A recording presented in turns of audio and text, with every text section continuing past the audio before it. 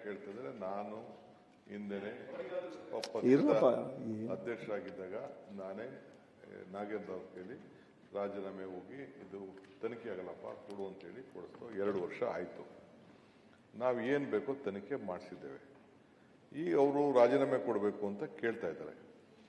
ಈ ರಾಜೀನಾಮೆ ಕೊಡ್ಬೇಕಾದ್ರೆ ಕೇಳಲಿ, ಒಂದು ನಿಮ್ಮನ್ನು ನೋಟಿಸ್ ಕೊಟ್ಬಿಟ್ಟು ನಾವು ಚರ್ಚೆ ಮಾಡಿ ಏನಕ್ಕೆ ರಾಜೀನಾಮೆ ಕೊಡಬೇಕು, ಏನೇನು ಕಂಡು ಹಿಡಿದ್ರು, ಅವ್ರ ಹತ್ರ ಏನೇನು ಮಾಹಿತಿ ಇದೆ, ಅವ್ರಿಗೇನು CBI ಅವ್ರು ಏನು ಕೊಟ್ಟರು, ED ಅವ್ರು ಏನು ಕೊಟ್ಟರು, SIT ಏನು ಕೊಟ್ಟರು, ಅದೆಲ್ಲ ಕೂಡ ತಂದು ಜನರ ಮುಂದೆ ಇಟ್ಟು ಜನರಿಗೆಲ್ಲ ಗೊತ್ತಾಗಿ ಇದಕ್ಕೋಸ್ಕರ ನಾನು ರಾಜೀನಾಮೆ ಕೇಳ್ತಾ ಇದ್ದೀನಿ ಅಂತ ಅಟ್ಲೀಸ್ಟ್ ಮಾಡಿದ್ರೆ ಆ ಸ್ಥಾನಕ್ಕೆ ಇವರೆಲ್ಲ ಸಂವಿಧಾನ ಪೀಠದಲ್ಲಿ ವಿರೋಧ ಪಕ್ಷದ ನಾಯಕರಿದ್ದಾರೆ, ಅವರೆಲ್ಲ ಅವಕಾಶ ಇದೆ.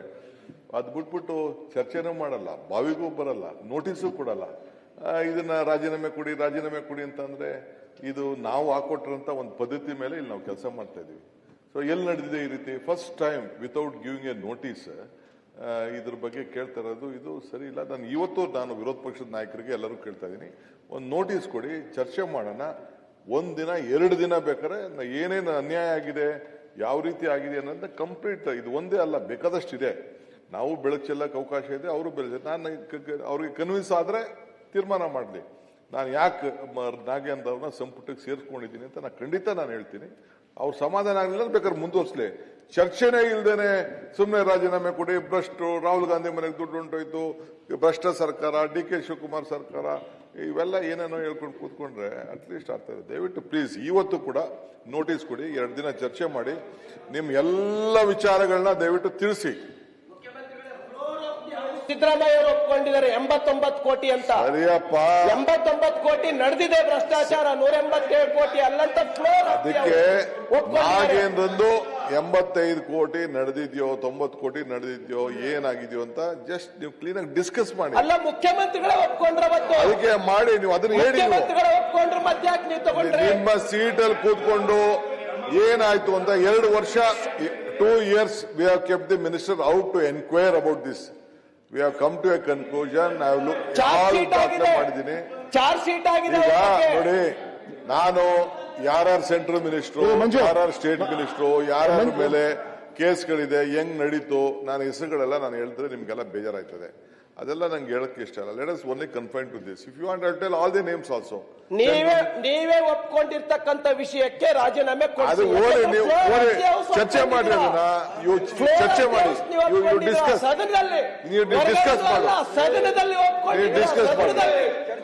ಸದನದಲ್ಲಿ ಒಪ್ಕೊಂಡಿದ್ದೀರಾ? ಮಾನ್ಯ ವಿರೋಧ ಪಕ್ಷದ ನಾಯಕರೇ, ಮಾನ್ಯ ಮುಖ್ಯಮಂತ್ರಿಗಳು ಸಂಸದೀಯ ವ್ಯವಹಾರಗಳಲ್ಲಿ ಯಾವ ರೀತಿಯಿಂದ ನಡ್ಕೋಬೇಕು ಅನ್ನೋಂಥ ವಿಚಾರವನ್ನ ಸ್ಪಷ್ಟವಾಗಿ ಹೇಳಿದ್ದಾರೆ.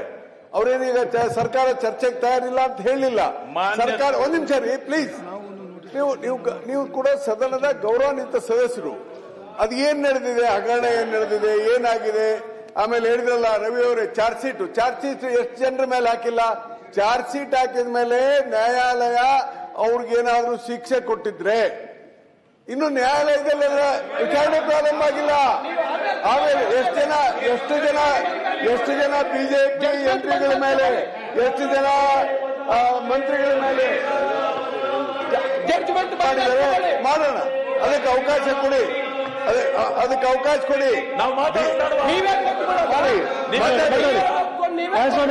ನೋಟಿಸ್ ಕೊಟ್ಟು ಮಾತಾಡಿ. ಮುಖ್ಯಮಂತ್ರಿಗಳು ಮಾತಾಡಿ ಆಗಿದೆ. ಮಾತಾಡಿ. ನಾನು 2 ಮಾತು ಮಾತಾಡ್ತೇನೆ. ಒಂದ್ ನಿಮಿಷ ಇರಿ ಸ್ವಾಮಿ, ಒಂದ್ ನಿಮಿಷ. ಮಾನ್ಯ ಮುಖ್ಯಮಂತ್ರಿಗಳು ನೋಡಿ, ನೋಟಿಸ್ ಕೊಡಿ, ಬಾವಿಗೆ ಬನ್ನಿ ಅಂತ ಕಳೆದಿದ್ದಾರೆ. ಬಾವಿಗೆ ಬನ್ನಿ ಅಂತ ಅಲ್ಲ, ಅವ್ರೇನ್ ಕರೆದಿಲ್ಲ. ಅವ್ರು ನಿಮ್ಗೆ ಅಲ್ಲ ನೋಟಿಸ್ ಕೊಡಿ.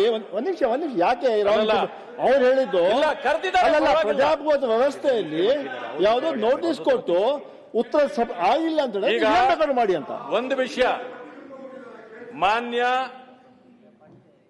ಮಾನ್ಯ ಮುಖ್ಯಮಂತ್ರಿಗಳು ಹೇಳಿದ್ದಕ್ಕೆ ನಮ್ಮ ಉತ್ತರವನ್ನು ಕೇಳ್ರಿ.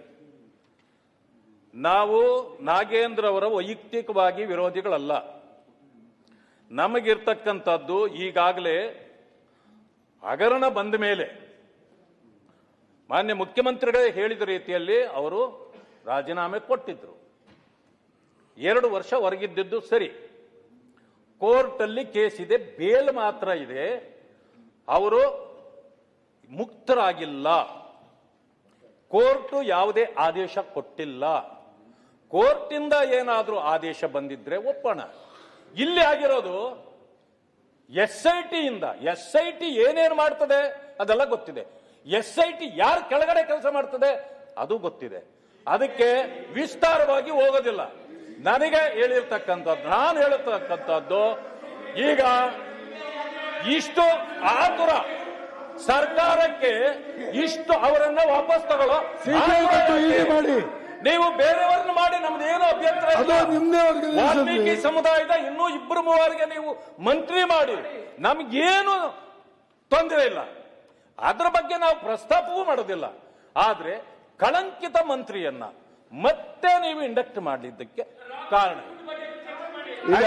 ಇದೇ ಅಲ್ಲ. ಒಂದ್ ನಿಮಿಷ ನಾವು ಅದೇ ವಿರೋಧ ಪಕ್ಷ ನಾಯಕರೇ, ನಾವು ಇದೇ ಹೇಳ್ತಾ ಇರೋದು.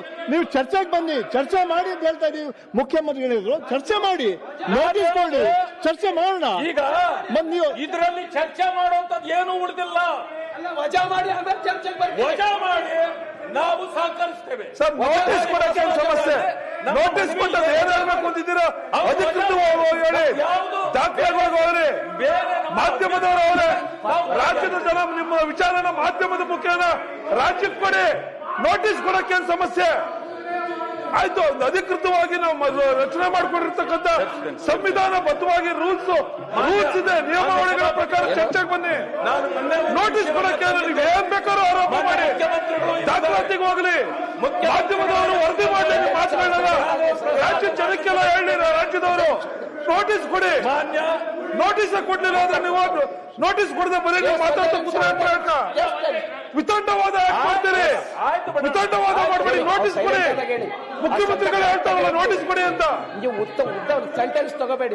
ಮುಖ್ಯಮಂತ್ರಿಗಳೇ, ತಮ್ಮ ಮುಂದೆ ನಾನು ಕೈ ಜೋಡಿಸಿ ಒಂದು ಪ್ರಾರ್ಥನೆ ಮಾಡ್ತೇನೆ. ಯಾವ ವಿಚಾರ?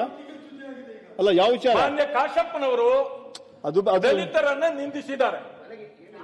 ಏನಂತ ಹೇಳಿದ್ದಾರೆ ಅಂದ್ರೆ, ಮೋದಿ ಅವರು ದೇಶವನ್ನು ಒಲಗೇರಿ ಮಾಡಿದ್ದಾರೆ ಅನ್ನೋದನ್ನು ಹೇಳಿದ್ದಾರೆ. AICC ಅಧ್ಯಕ್ಷರು, ವಿರೋಧ ಪಕ್ಷದ ನಾಯಕರು ಮಲ್ಲಿಕಾರ್ಜುನ್ ಖರ್ಗೆ ಅವರಿಗೆ ಇವತ್ತು ನೀವು ಮನುವಾದ ಮಾಡಿರ್ತಕ್ಕಂಥ ಅವಮಾನ ದೇಶದಲ್ಲಿ ಅದಕ್ಕಿಂತ ಉದಾಹರಣೆ ಬೇಕಾ ಸರ್? ನೀವು ಅಸ್ಪೃಶ್ಯತೆ ಬಗ್ಗೆ, ದಲಿತರ ನಿಂದನೆ ಬಗ್ಗೆ ಮಾತಾಡೋದಕ್ಕೆ ನಿಮ್ಗೆ ಏನಲ್ಲ ಸರ್ ರೈಟ್ಸ್? ಕಾಶಪ್ಪನವರನ್ನ ಇವತ್ತು ನೀವು ಖರ್ಗೆ ಅವರು ನಡೆಸ್ಕೊಂಡಿರ್ತಕ್ಕಂಥ ರೀತಿ ಹೇಳಿ ಸರ್. ಖರ್ಗೆ ಅವ್ರನ್ನ ನಡೆಸ್ಕೊಂಡಿರ್ತಕ್ಕಂಥ ರೀತಿ, ಮಲ್ಲಿಕಾರ್ಜುನ್ ಖರ್ಗೆ ಅವ್ರನ್ನ ನಡೆಸ್ಕೊಂಡಿರ್ತಕ್ಕಂಥ ರೀತಿ, ಇವ್ರಿಗೆ ಯಾವ ನೈತಿಕತೆ ಇದೆ ಇವ್ರಿಗೆ? ಸಾಧ್ಯ ಇಲ್ಲ. ಮಲ್ಲಿಕಾರ್ಜುನ್ ಖರ್ಗೆ ಅವ್ರನ್ನ ಎರಡು ಕಡೆ ಚರ್ಚೆ ಆಗಲಿ. ಮಲ್ಲಿಕಾರ್ಜುನ್ ಖರ್ಗೆ ಅವ್ರನ್ನ ನಡೆಸ್ಕೊಂಡಿರ್ತಕ್ಕಂಥ ರೀತಿ ಚರ್ಚೆ ಆಗಲಿ. ತಕ್ಷಣ ಬಂಧಿಸಬೇಕು. ಮಾನ್ಯ ಮುಖ್ಯಮಂತ್ರಿಗಳಲ್ಲಿ ನನ್ನ ಮನವಿ ಇದೆ. ಮೊದಲು ಮಲ್ಲಿಕಾರ್ಜುನ್ ಖರ್ಗೆ ಅವರು ಚರ್ಚೆ ಆಗಲಿ, ಅವ್ರನ್ನ ನಡೆಸ್ಕೊಂಡಿರ್ತಕ್ಕಂಥ ರೀತಿ ಚರ್ಚೆ ಆಗಲಿ. ಅವರೆಲ್ಲ ಬಂಧಿಸಬೇಕು. ದಯಮಾಡಿ ನೀವು ದಲಿತರಿದ್ದೀರಿ, ವಿರೋಧ ಪಕ್ಷದ ನಾಯಕರಿದ್ದೀರಿ. ಮಲ್ಲಿಕಾರ್ಜುನ್ ಖರ್ಗೆ ಅವ್ರ ಬಗ್ಗೆ ಏನ್ ಹೇಳ್ತೀರಿ ಸರ್? ಮಾತಾಡೋಕೆ ಉತ್ತರ ಕೊಡಿ ಸರ್. ಮಲ್ಲಿಕಾರ್ಜುನ್ ಖರ್ಗೆ ಅವ್ರನ್ನ ನಡೆಸ್ಕೊಂಡಿರ್ತಕ್ಕಂಥ ರೀತಿ ಬಗ್ಗೆ ಹೇಳಿ. ಅದು ಪ್ರೆಸ್ ಮೀಟ್ ಅಲ್ಲಿ ಈ ರೀತಿ ಮಾಡಬಹುದಾ? ಮಾನ್ಯ ಮುಖ್ಯಮಂತ್ರಿಗಳು ಅವರನ್ನ ಖರ್ಗೆ ಅವರು ಮಾಡಿರ್ತಕ್ಕಂಥ ಅವಮಾನ, ಇಡೀ ದೇಶಕ್ಕೆ ಮಾಡಿರ್ತಕ್ಕಂಥ ಅವಮಾನ. ಅವ್ರನ್ನ ಅರೆಸ್ಟ್ ಮಾಡಿಸ್ಬೇಕು. ಖರ್ಗೆ ಅವರು ಮಾಡಿರ್ತಕ್ಕಂಥ ಅವಮಾನ, ಇಡೀ ದೇಶಕ್ಕೆ ಮಾಡಿರ್ತಕ್ಕಂಥ ಅವಮಾನ. ಕರ್ನಾಟಕ ರಾಜ್ಯಕ್ಕೆ ಮಾಡಿರ್ತಕ್ಕಂಥವ್ರು ನಮ್ಮ ಖರ್ಗೆ ಅವರು ಇದನ್ನು ಒಪ್ಕೊಂತಾರ? ಸಭಾಪತಿಗಳೇ, I am on point of order. I am on point of order. I want certain clarification from the... Okay, hey, in point of order. I am on the point of order and there's certain clarification from the chair. ನೋಡಿ, ಮಾನ್ಯ ಸದನದ ಕಾನೂನನ್ನ ಒಂದ್ ನಿಮಿಷ ಅವಕಾಶ point of order ಕೇಳಿ. ಮಾನ್ಯ ಸಭಾಪತಿಗಳ Tamil ruling ನಾನು ನೋಡಿ, ಕರ್ನಾಟಕ ಒಂದ್ ನಿಮಿಷ ರೀ, ಕರ್ನಾಟಕ ವಿಧಾನ ಪರಿಷತ್ತಿನ ಕಾರ್ಯವಿಧಾನ ಹಾಗೂ ನಡವಳಿಕೆ ನಿಯಮಗಳನ್ನ ಈ ಸದನ ನಿಯಮಾವಳಿಯನ್ನ ಮಾಡಿರುತ್ತದೆ.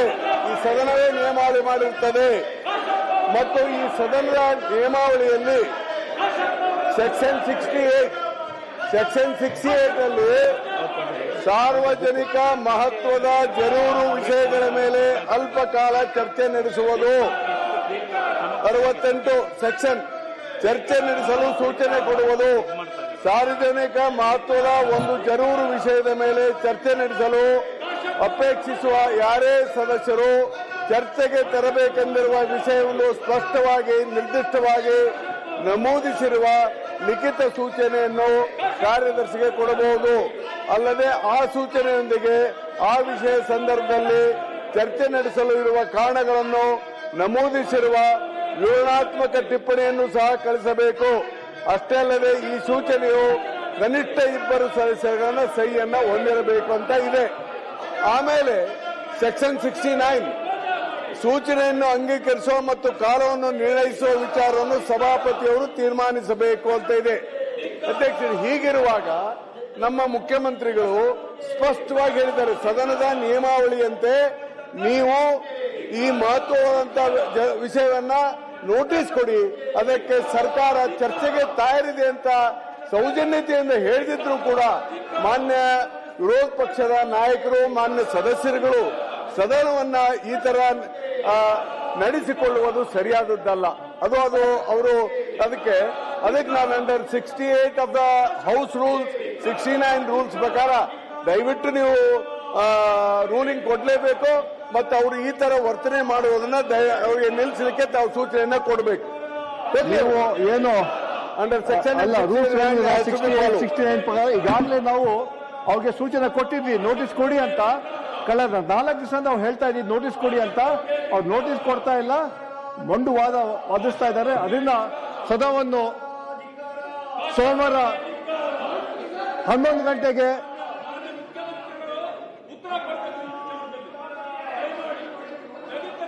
ಅಪಮಾನ ಮಾಡಿದ್ರೆ ಕಾಶ್ಯಪ್ ಅವರಿಗೆ ಕೊಟ್ಟಿದ್ವಿ. ನಮ್ಮ ಹಕ್ಕುಗಳ ಖುಷಿ ಆಗ್ತಾ ಇದೆ, ನಮ್ಗೆ ಹೌದು ನಡೀತಾ ಇಲ್ಲ ಅಂತ. ಕಾಶ್ಯಪ್ ಅವರಿಗೆ ಸೋಮವಾರ ತಗೊಳ್ಳೋ ಸೊ ನೀವು ನೋಟಿಸ್ ಕೊಡಿ. ಓಕೆ, ಆಯ್ತಾಯ್ತು. ಸದನವನ್ನು ಸೋಮವಾರ 11 ಗಂಟೆಗೆ ಮುಂದೂಡಲಾಗಿದೆ.